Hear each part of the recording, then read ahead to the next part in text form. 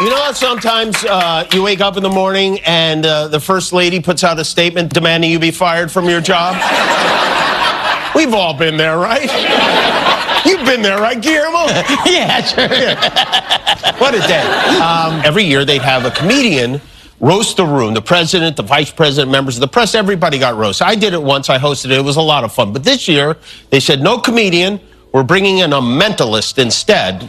So on Thursday, 3 days before the event, in order to keep that cherished tradition alive, I did my own version of the Correspondents' Dinner on my show. So again, this was Thursday, and there was no big reaction to it until this morning when I greeted the day facing yet another Twitter vomit storm. And a call to fire me from our First Lady, Melania Trump, saying I should be fired because of a joke I made, again, 5 nights ago. It was a pretend roast. I said, our First Lady Melania is here. Look at her, so beautiful. Mrs. Trump, you have a glow like an expectant widow, which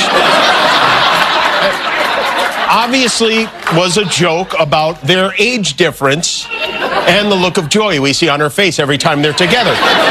It was a very light roast joke about the fact that he's almost 80 and she's younger than I am. It was not, by any stretch of the definition, a call to assassination, and they know that. I've been very vocal for many years speaking out against gun violence in particular, but I understand that the First Lady had a stressful experience over the weekend, and probably every weekend is pretty stressful in that house. And also, I agree that hateful and violent rhetoric is something we should reject. I do, and I think a great place to start to dial that back would be to have a conversation with your husband about it, because Donald Trump is allowed to say whatever he wants to say, as are you, and as am I, as are all of us, because under the First Amendment, we have, as Americans, a right to free speech. But with that said,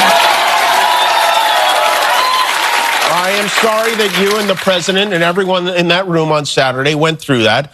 I really am. Just because no one got killed doesn't mean it wasn't traumatic and scary. And we should come together and be best. We really should. But if you want us to believe that a joke I made 3 days before this dinner had any effect on anything that happened, well, then maybe someone should look into this psychic lady, too. This speech tonight will be classic Donald J. Trump. It'll be funny. It'll be entertaining. There will be some shots fired tonight. You know what?